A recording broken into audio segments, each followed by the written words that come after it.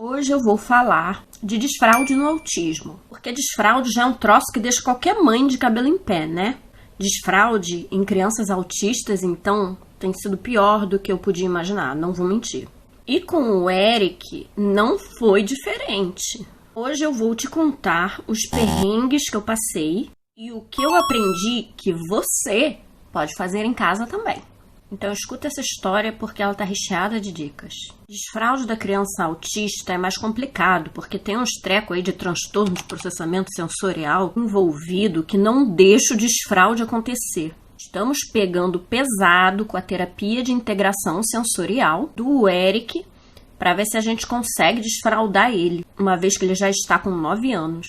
Para quem está chegando agora, eu sou a Thaís, mãe de 2 crianças autistas e eu sou autista também. Mas vamos começar do começo. Eu vou contar primeiro do desfraude do Eric, o que eu descobri nesse tempo que me ajudou. Então bora lá que esse vídeo tá cheio de dicas, mas aí você já larga um like aí embaixo, tá? Porque isso ajuda muita gente. E também porque faz essa informação chegar a mais famílias.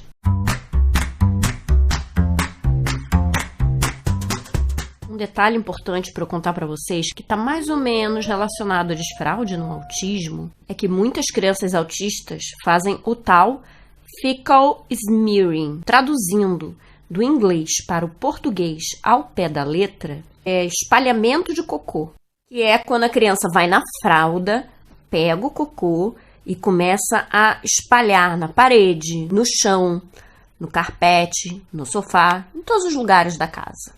Não são todas as crianças autistas que fazem isso, somente aquelas que buscam se satisfazer sensorialmente com as mãos, que são chamados sensory seekers, que são os buscadores de sensações.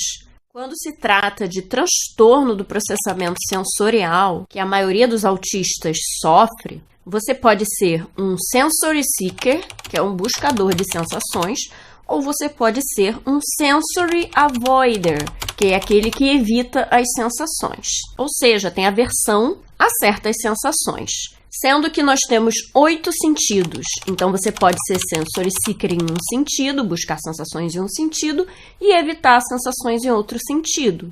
Isso a gente explica melhor e com mais detalhes no nosso curso de autismo. Então, isso que os bebês fazem de espalhar cocô é bem comum nas crianças que estão no espectro do autismo. E se você foi sorteada com um filho que faz fecal smearing, eu já deixo aqui o meu abraço virtual, porque eu sei que não é fácil, não. Segue firme e com paciência, que uma hora isso vai parar. Isso faz parte do transtorno do processamento sensorial. Ou, se você já tiver certeza que seu filho ou sua filha sofre do TPS, que é o transtorno de processamento sensorial, você já pode procurar uma terapeuta ocupacional com especialização em integração sensorial de Aires, que aí isso já vai ajudar nesse fecal smearing.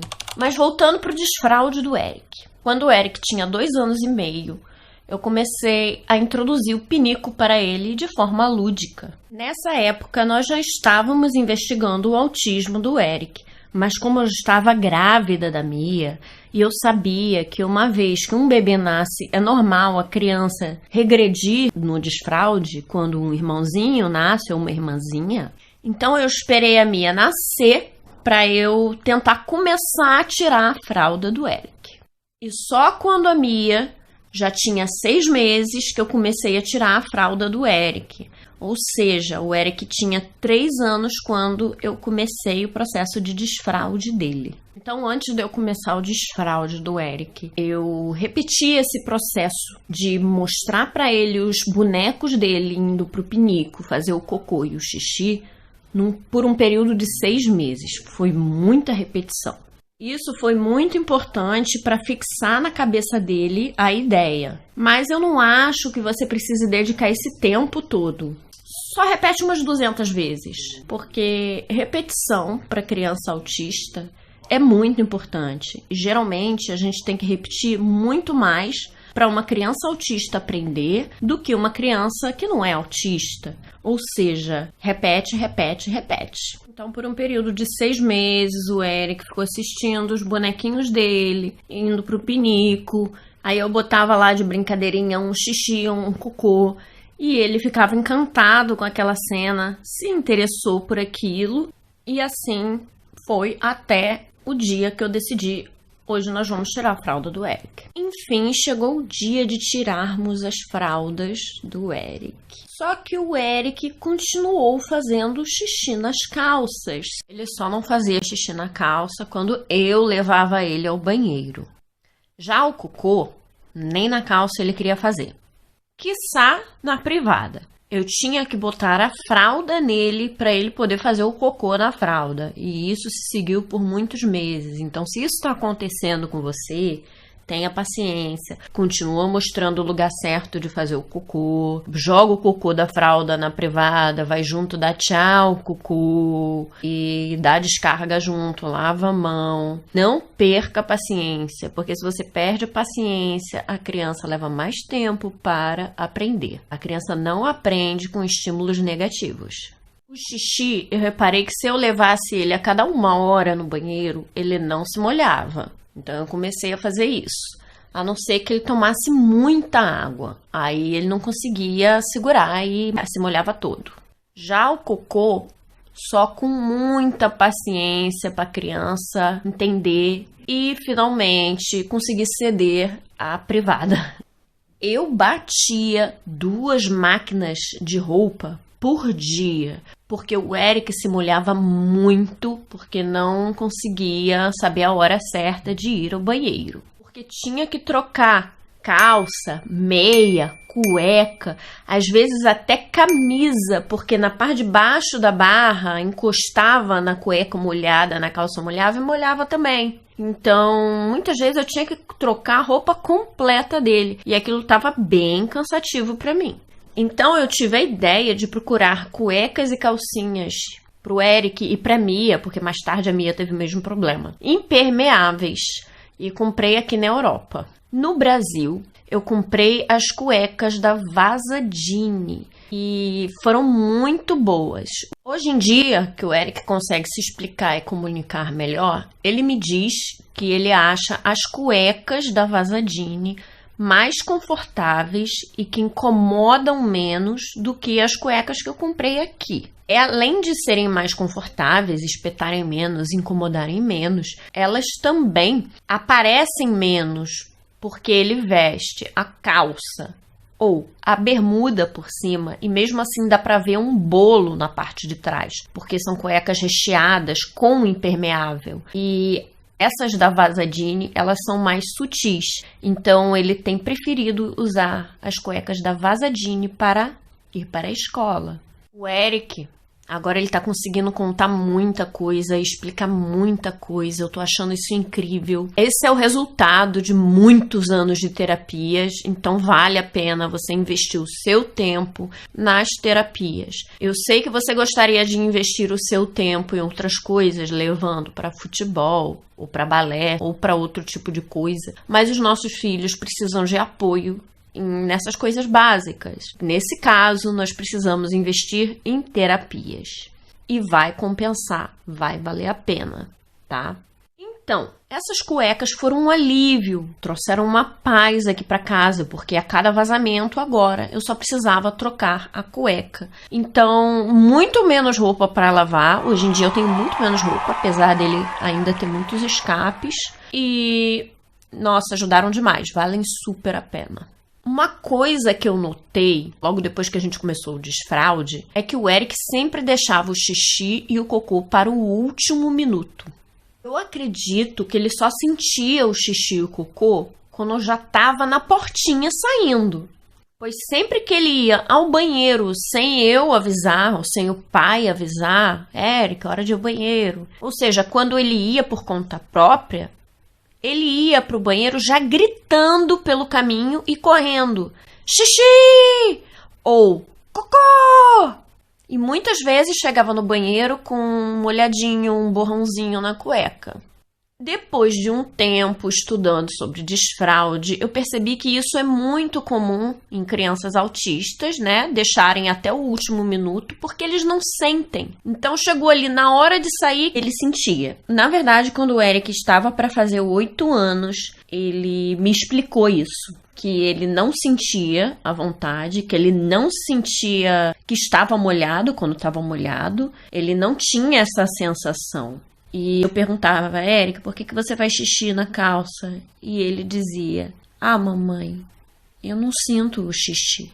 Foi aí que eu fui pesquisar sobre a terapia de integração sensorial e nós começamos a fazer esse tipo de terapia com ele para ajudá-lo a sentir o seu corpo. Lembra quando eu falei do fecal smearing para vocês sobre o espalhamento de cocô, que é uma desorganização sensorial? Pois é, nesse caso também é culpa do transtorno de processamento sensorial. E lá fui eu buscar uma terapeuta com especialização em integração sensorial em AIRES. Pois o transtorno de processamento sensorial estava de novo atrapalhando a vida do meu filho, atrapalhando ele de fazer o desfraude.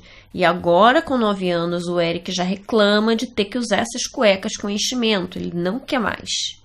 Aqui eu achei uma terapeuta ocupacional com especialização em integração sensorial, a Cláudia. E o Eric está fazendo terapia com ela no Inspire. A Cláudia, ela é portuguesa. E ela tem ajudado muito a gente, inclusive ela deu uma dica muito interessante para ajudar no desfraude, para ajudar na reorganização sensorial tátil do local, no periquito, na periquita. E eu vou dar essa dica para vocês já. Segura aí que eu vou dar essa dica. Se você quer receber essa dica, já clica aí no joinha, no curtir aí embaixo, que isso ajuda muito a gente. Mas vamos seguir. E isso de ter alguns dos 8 sentidos, ou todos desbalanceados, atrapalha em várias coisas. Por exemplo, eu vou falar com vocês sobre a interocepção, porque a interocepção está diretamente envolvida no desfraude. A interocepção é a capacidade de você sentir o seu corpo por dentro. Por isso que é intero, de interno, e cepção, de percepção. Então, interocepção, você sentir o seu corpo por dentro. E no autismo, isso está desbalanceado. A interocepção é responsável por você sentir quando está com fome, quando está com dor, quando está com sede, vontade de fazer xixi, cocô, ou quando está com sono. Os autistas com a interocepção desregulada, eles vão ter dificuldade em perceber essas coisas porque estão dentro do corpo dele. E ter uma interocepção pobre fez com que o Eric não tivesse a capacidade de sentir a hora de fazer xixi ou cocô. Além da interocepção, que é um dos 8 sentidos, o Eric também tem o tátil, o sentido tátil desbalanceado. Por quê? Porque quando ele está molhado, quando ele está sujo, ele também não sente. Se você encosta um pano molhado nele ou um pano seco, ele também, através da pele, ele não consegue sentir a diferença. Então também está desbalanceado o tátil. A verdade é que quando tem um ou mais sentidos desbalanceados, todos estão, porque funciona assim.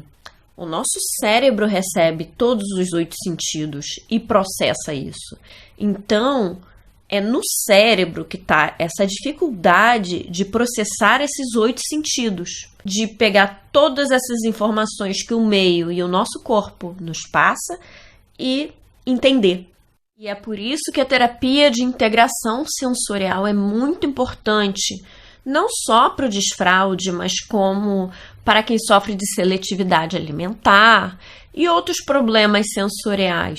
Porque a terapeuta de integração sensorial, ela pega o seu cérebro e dá uma reestruturada naquilo e faz com que o seu cérebro passe a entender o seu corpo por dentro e o meio ambiente, né, que está à nossa volta, de uma forma mais harmônica, de uma forma mais correta, porque muitas vezes pessoa sofre, o autista sofre com muito estímulo, excesso de estímulo, ou ele sofre com pouco estímulo, está desbalanceado.